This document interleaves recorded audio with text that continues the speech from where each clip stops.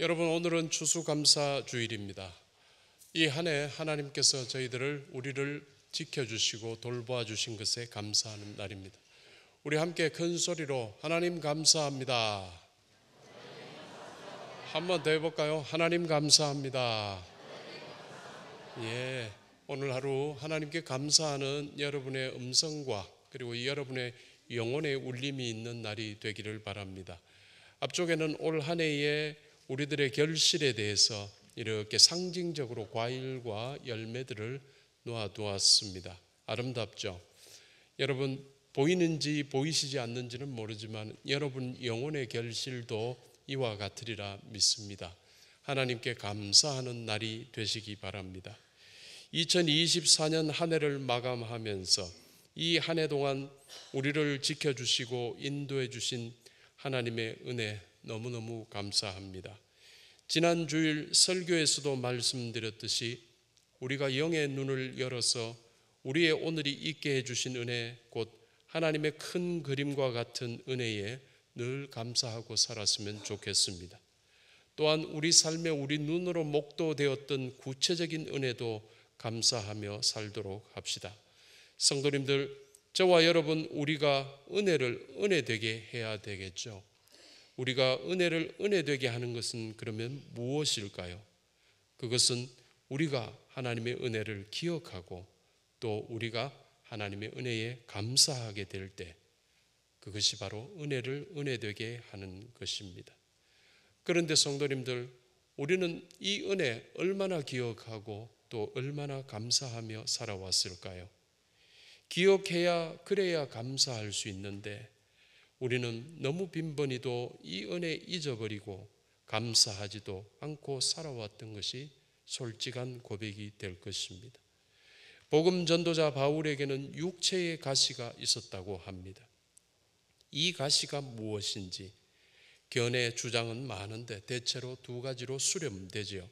안질 혹은 간질이라는 것입니다. 그런데 저는 묵상할 때마다 간질과는 달리 안질일 것 같다라는 생각을 자주 하게 되었습니다. 안질은 넓은 의미의 눈병입니다. 눈에 있는 모든 질환, 모든 병이죠. 제가 이 병이 더 맞다고 생각하는 이유는 그의 다메섹 도상에서의 사건 때문입니다. 예수 추종자를 잡아들이려고 다메섹으로 가는 길에서 강렬한 빛으로 다가오신 예수님을 만나고 그는 눈이 멀어버렸던 일이 있습니다. 그러나 주님의 은혜로 다시 눈을 회복했지요. 아마도 그러나 이 일을 잊지 않고 기억하게끔, 그가 살아생전에 한 번도 그날의 그 일을 잊지 않게끔 주님께서 눈병을 남겨두시지 않을까 하는 생각입니다. 충분히 가능성이 있습니다.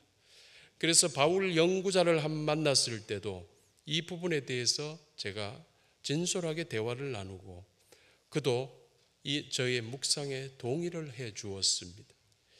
바울이 복음 전도를 위해 사역했던 기간 30년입니다. 그 30년은 한 번도 쉴 시간이 없었고 그야말로 감옥이었고 매맞는 일이었고 굶주리는 일이었습니다. 그러나 그는 그날의 다메섹 도상에서의 일을 잊을 수가 없었습니다. 눈이 계속 주기적으로 정기적으로 아파왔으니까요. 눈이 아플 때마다 그날의 강렬한 빛으로 다가오신 예수님의 은혜를 다시 기억합니다. 선교 사역이 힘들고 고통스러울 때마다 안질이라고 여겨지는 이 육체의 가시를 통해 사실은 자기가 벌써 징벌받아서 죽어 없어져야 될 자신임을 생각하게 되었습니다. 죽어 없어져야 될 것보다는 이렇게 살아서 그래도 고생은 하고 있지만은 이렇게 살아있다는 게 얼마나 감사할 일인가.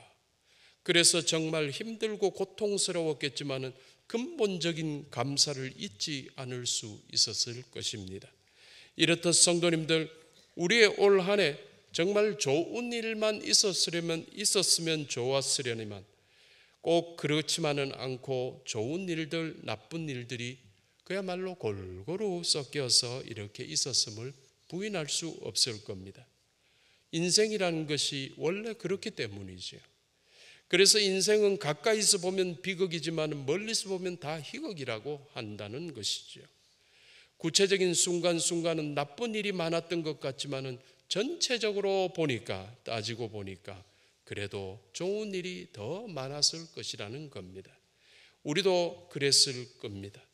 그래서 우리 인생은 잊어버리기도 하고 기억하기도 하면서 살아가야 하는 것입니다. 슬픔, 원한 같은 나쁜 일들은 잊어버리되 빨리 잊어버리는 게 좋겠고, 기쁨이나 감사 같은 좋은 일들은 오래오래도록 기억해야 우리 정신 건강에 더욱 도움이 될 것입니다. 그런데 실상은 정반대로 할 때가 많죠. 좋은 것은 잊어버리고 나쁜 원한은 끝까지 기억하니까 스스로 자기 건강, 자기 정신 건강을 스스로 해치고 살아가기도 합니다. 믿음 있는 성도, 우리는 이러지는 말아야겠지요. 분명하게도 우리 모두는 지금 늙어가고 있지요. 교회도 늙어가지 않게끔 여러분 기도해 주시기 바랍니다. 다음 세대들이 아무리 객관적인 숫자가 줄어든다 하더라도 우리들의 후손들은 있지 않습니까? 우리들의 후손들이라도 대를 이어서 교회를 섬길 수 있게 여러분 협조해 주시기 바랍니다. 분명하게 우리 모두는 늙어가고 있고, 늙어가면서 우리의 기억력도 점차 소멸되어 갈 텐데, 기왕 잊어야 한다면은, 기왕 잊어버린다면은 나쁜 것들 잊어버리고, 또 조금밖에 남지 않는 기억력으로는 좋은 일들만 더 오래도록 기억할 수 있도록 여러분 기도하며 살아야 할 것입니다. 그래야 잊어버리는 것도 은혜요, 기억하는 것도 은혜가 되는 것이지요. 그런데 성도님들, 우리 주님께서도 꼭 이루시겠다고 약속하셨던 겁니다. 어떤 것은 잊어주시고 어떤 것은 기억해 주시겠다 약속하셨습니다. 생각해 봅시다. 만약 주님께서 올 한해 우리가 저지른 실수와 허물을 잊지 않으시고 끝까지 기억하셨다면 정말 이토록 지속적이고 풍성한 은혜를 베푸실 수가 있으셨을까요? 이는 분명 기억하실 것은 반드시 기억해 주시지만 기억하지 않기로 작정하신 것은 또 그야말로 완전히 잊어주셨기 때문 아니겠습니까? 그래서 주님의 이러한 기억법 자체가 우리에게는 은혜가 되는 것입니다. 큰 은혜이지요. 추수감사주의를 맞아 주님께서 잊어주신 것과 또 기억해 주신 것을 묵상해 보도록 합시다. 히브리서 8장 12절의 말씀입니다. 우리 함께 읽겠습니다.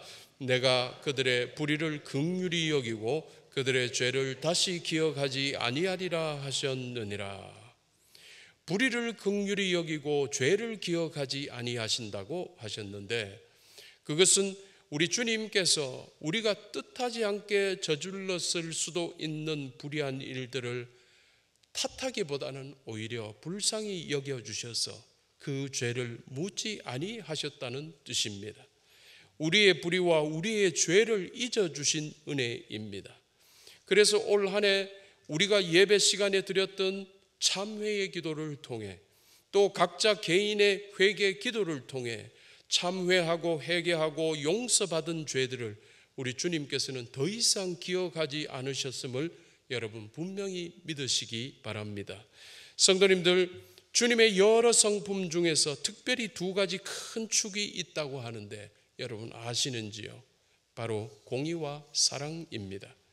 주님 앉으신 보좌가 공의의 보좌라고 합니다.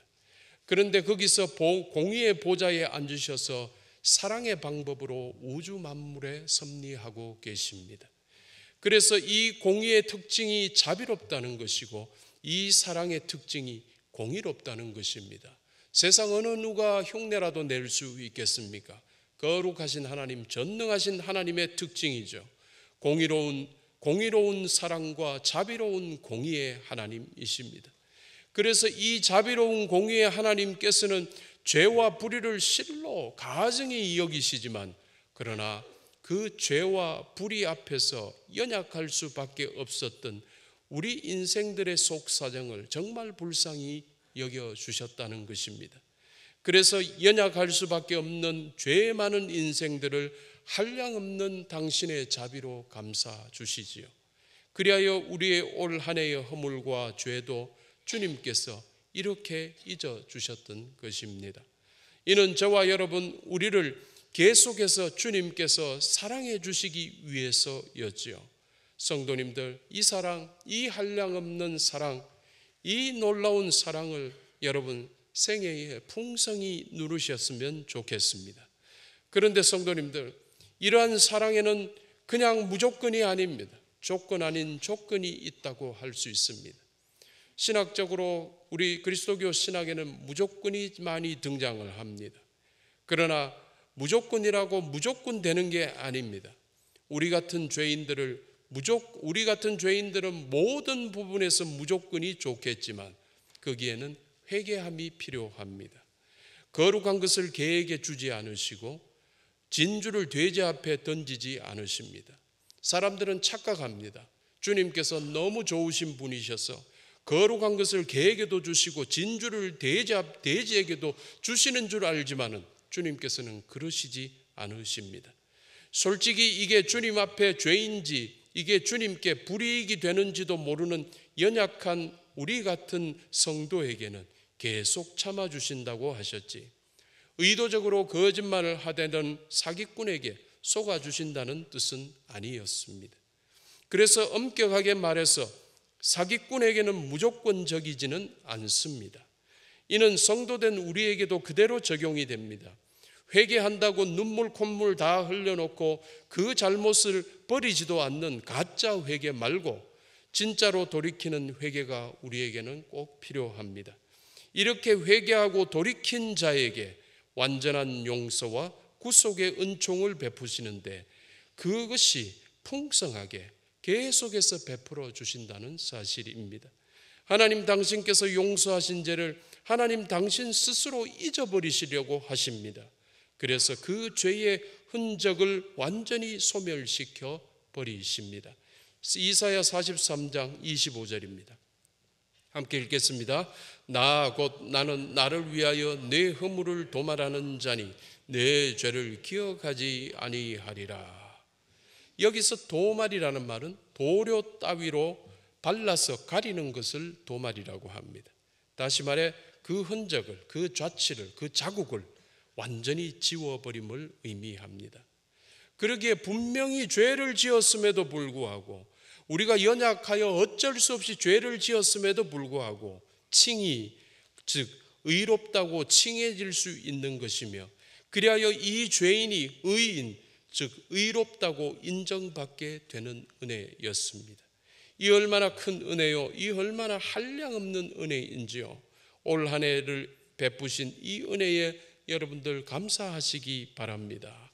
그런데 성도님들, 만약에 말이죠, 만약에 우리 주님께서 이 은혜를 베푸지 않으셨다면 우리는 어땠을까요? 주님께서 우리의 모든 허물과 죄와 실수와 이런 것들을 잊지 않으셨다면 우리는 어땠을까요? 우리의 이전 죄들을 잊어주시지 않고 그야말로 다 기억하셨다면 우리는 지금 도대체 어떻게 되었을까요? 만약에 그랬다면 분명 우리는 끝내 의롭게 되지 못했을 것이고 그래서 결국 멸망에 이를 수밖에 없지 않았겠습니까? 그런데 주님께서는 약속하신 대로 잊어주셨기에 이것이 큰 은혜이라는 것입니다.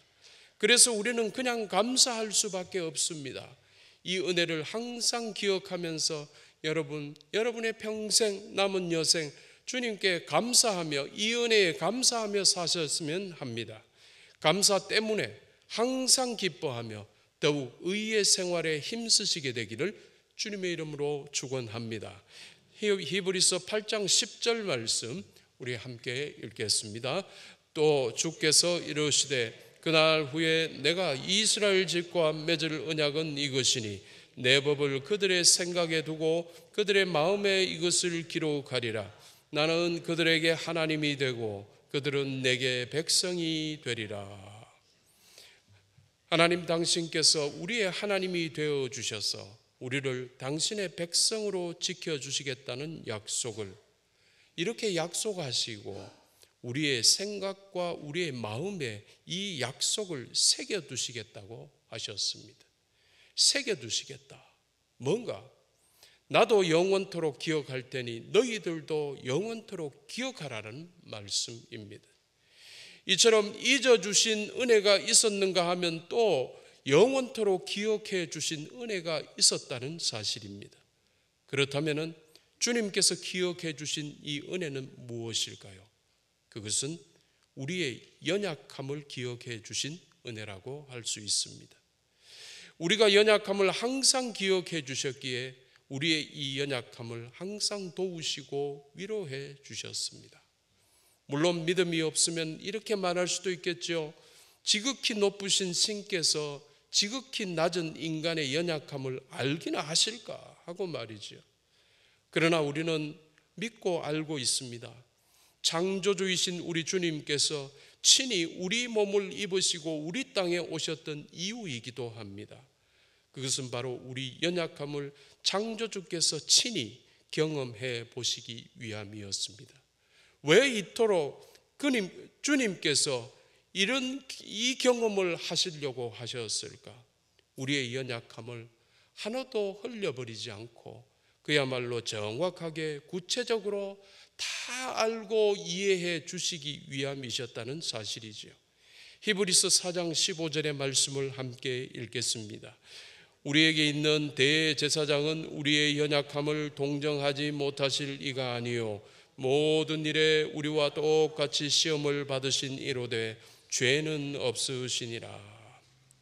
사랑하는 성도님들, 그래서 저와 여러분 우리의 올 한 해에서도 우리가 연약한 인간임을 주님께서 잊지 않으시고 이 연약함 때문에 어쩔 수 없었던 우리의 실수와 약점을 감싸시며 도우셔서 연약한 우리가 그래도 선한 길로 갈 수 있게끔 예배하며 살아갈 수 있게끔 우리 주님께서 이끌어 주셨다는 사실을 믿으시기 바랍니다.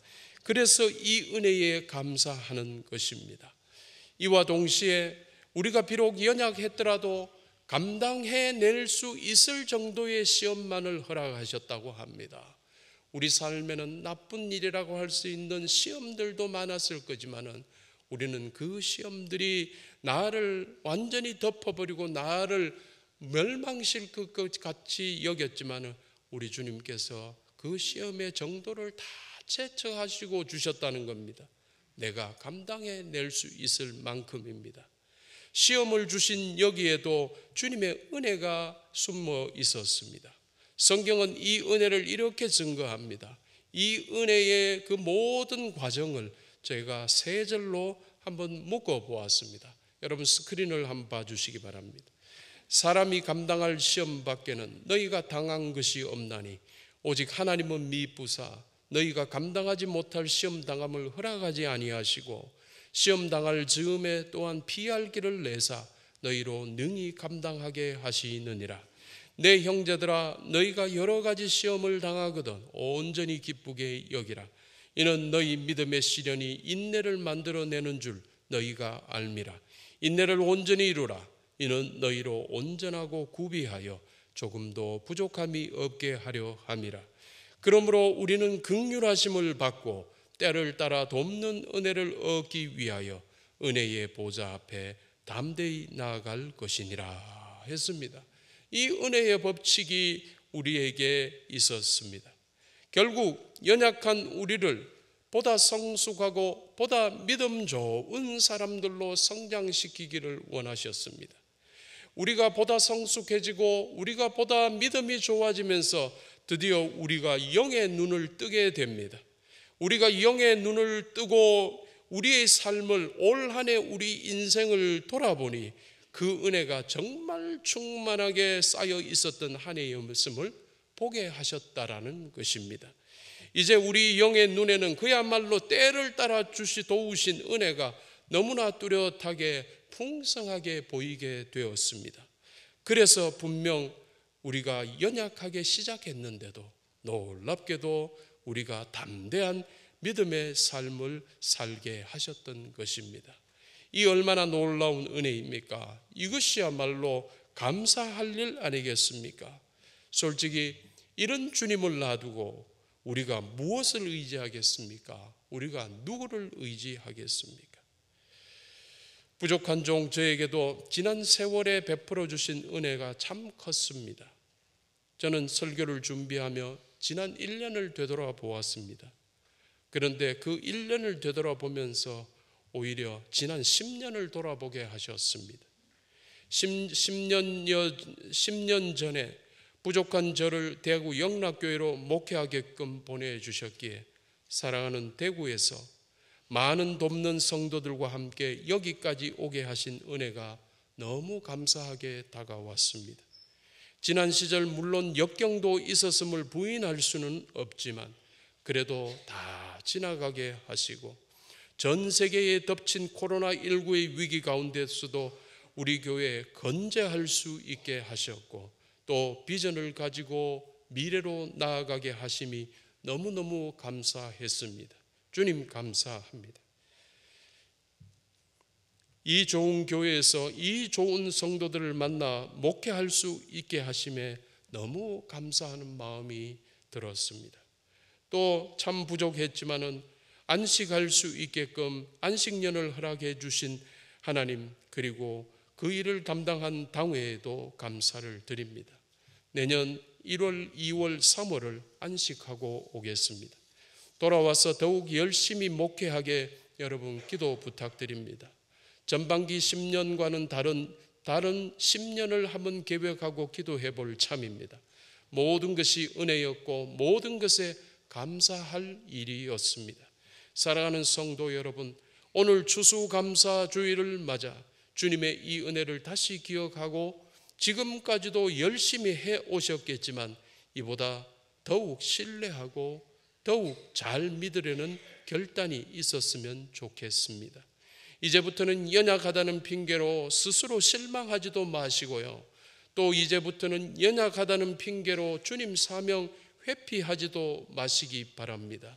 자신의 연약함을 모두 기억하시는 주님의 은혜를 힘입었을 때 골리앗을 쓰러뜨렸던 그 작은 어린 다윗을 생각하고 삽시다. 우리도 다윗처럼 담대하게 승리하고 기뻐하며 감사 찬양하는 성도들 되어야 하지 않겠습니까? 이 은혜 늘 찬송하며 감사하며 살게 되기를 주님의 이름으로 축원합니다. 기도하겠습니다.